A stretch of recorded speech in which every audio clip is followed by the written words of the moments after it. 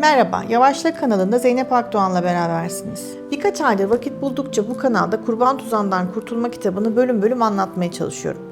4. bölümde Harry rahatlamıştı terapilerden sonra ve eve dönmüştü. Bir süre sonra Harry'nin eşi arıyor Diana'yı ağlayan bir sesle, Carol, ve diyor ki ben çok mutsuzum, çok çaresiz hissediyorum ve yeme bozukluğuna başladım. Kontrolsüz yiyorum, çok kilo alıyorum, acilen terapiye ihtiyacım var. Terapi başlıyor.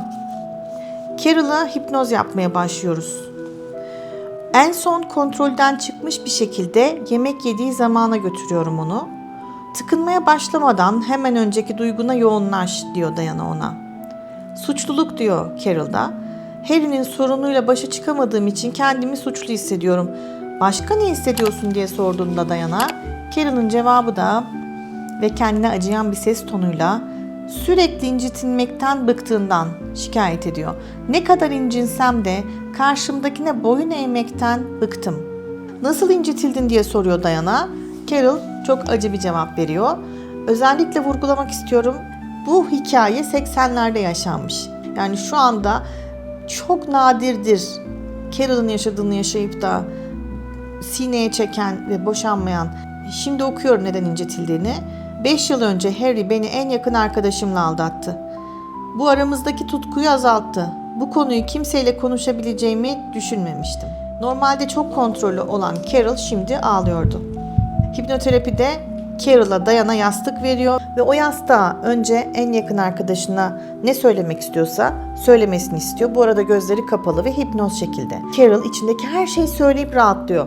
Hatta benim hipnoterapi seansımda psikoloğum bana demişti ki istersen argoda konuşabilirsin, en ağır kelimeleri de söyleyebilirsin, özgürsün demişti. Şimdi böyle bir rahatlama yaşadığı bir süreç. Harry'e şunu söylüyor, bu çöpler hayatımıza girmeden önceki halini istiyorum. Bu çöpler dediği de ailesi. Ya da bütün bunları öğrenmemden önceki halini mi demeliyim? Senin hatan olmadığını biliyorum ama bu insanlarla ilişkili olduğunu düşünmeden edemiyorum. Ve seninle bu nedenle bütün ilişkimi bitiriyorum. Kızgındı ve kırılmıştı. Kendini korumak için kendini kapatmıştı. Bu olayda kurban olmadığını ve bunlardan kurtulmak istediği anda o kapattığı şalterleri açabileceğini fark etmesi gerekiyordu. Kurban rolünde olmamak için onları affetmeli ve artık Harry'yi suçlamaya son vermeliydi. Ve şimdi de Diana Carol'a diyor ki kendini Harry'nin yerine koy ve onun neler hissettiğini söyle. Bu tek bir kişinin suçu değil. Parantez içinde Harry'nin annesi babası da çocukluğunda istismara uğramış.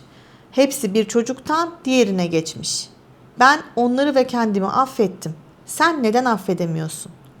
Carol hemen kendi Harry seslendirmesine cevap verdi. Mantıklı açıklamanın bu olduğunu bildiğimden kendimi suçlu hissediyorum. Çünkü kalbimde yaşananları ne affedebiliyorum ne de oluruna bırakabiliyorum. O affedebiliyorsa ben neden affedemiyorum? Ve sonra Diana Carol'a bazı telkinler veriyor. İçindeki kurban çocuk dışarı çıktığında sana ne kazandırıyor diye soruyor. Bunun üzerine yetişkin sesiyle Carol anlamadığını söylüyor.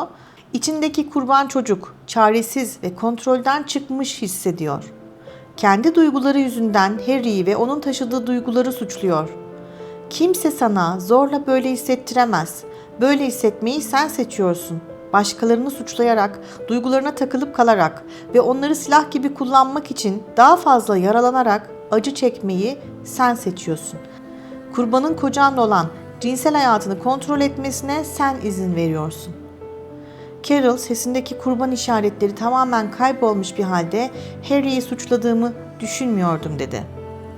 Bilinçli olarak suçlamıyordun diyor Diana ama bilinçaltında suçluyordun. Zihninin %90'ının bilinçaltının oluşturduğunu unutma. Carol, duyguların için başkasını suçladığın sürece hayatında o kişilere güç vermiş oluyorsun.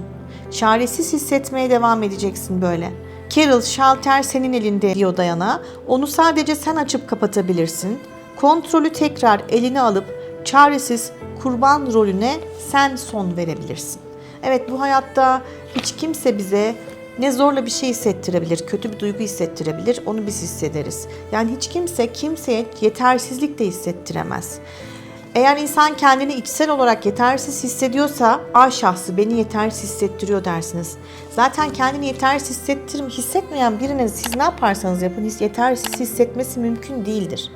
O yüzden kimse size zorla hiçbir şekilde kötü hissettiremez. Eğer orada kötü hissediyorsanız sizin kendinizle bir sorununuz var demektir. Şimdi Harry ile konuşuyor Carol. Ne söyleyeceğimi bilmiyorum. Senden utanıyorum. Bunları geride bırakamadığım için ilişkimize zarar veriyorum.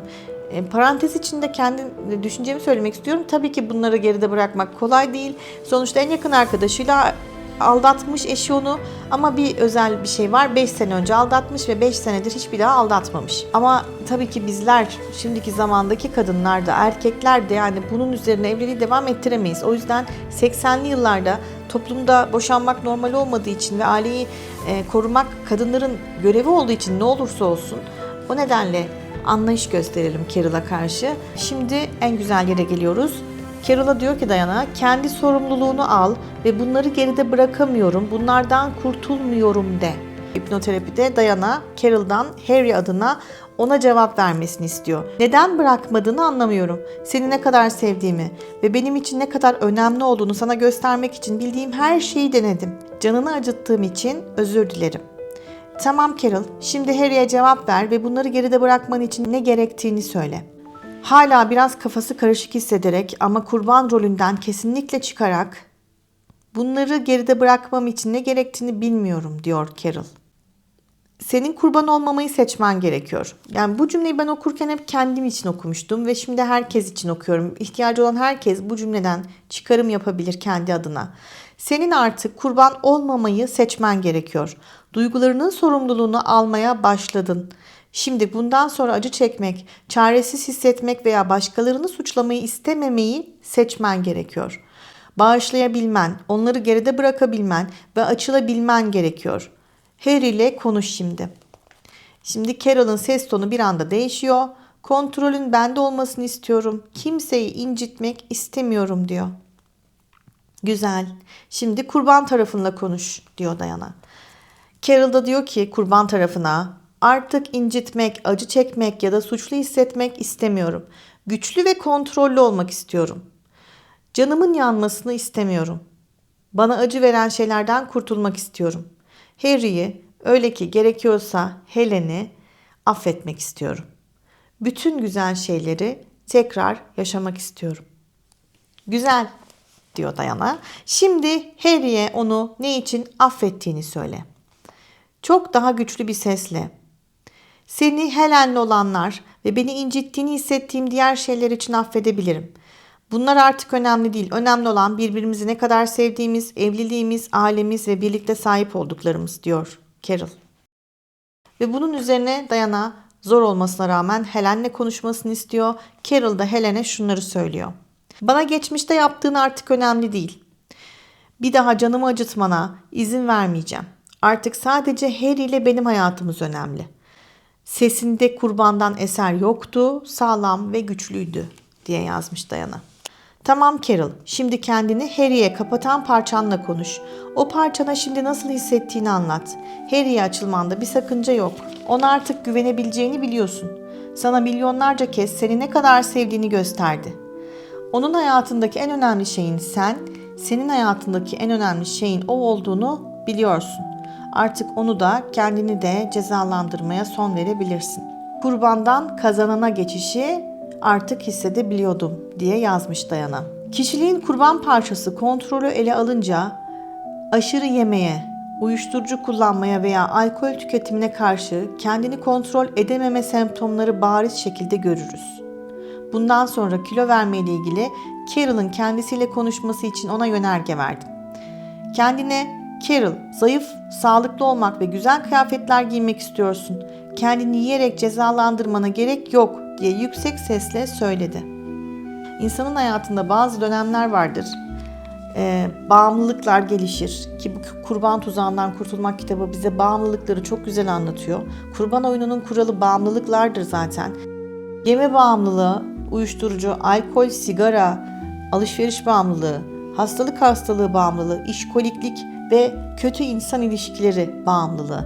Bunların hepsi kurban oyununun sonucunda yaşadığımız bağımlılıklar.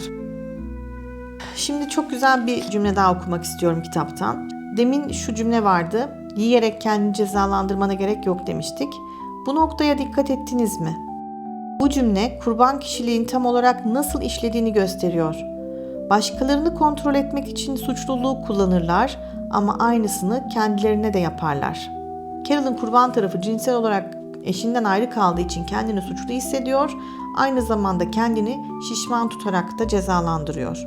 Bilinçaltı doğru yönergeleri aldığında kişiye tam olarak ne yaptığını açıkça gösterir. Artık Carol'ın kurban konumundan kazanan konumuna geçiş yaptığını hissediyordum. Neler olduğunu pekiştirerek ve pozitif olumlamalar vererek terapi seansını sonlandırdım. Yetişkin kişiliğinin sağlıklı tarafıyla temasa geçerek artık kurban konumundan kazanan konumuna geçiyorsun. Geçmişten aldığın tüm derslerle kendine sağlam bir temel atıp kocanla bir yetişkin olarak yeni ve sağlıklı bir ilişki kurmayı öğreniyorsun. Bu arada hala Carol terapide, gözler kapalı hipnoterapi devam ediyor. Kendini yeni bir insan gibi hissettiğini söylüyor. Carol kendinden geçmiş bir şekilde seanstan uyanıyor.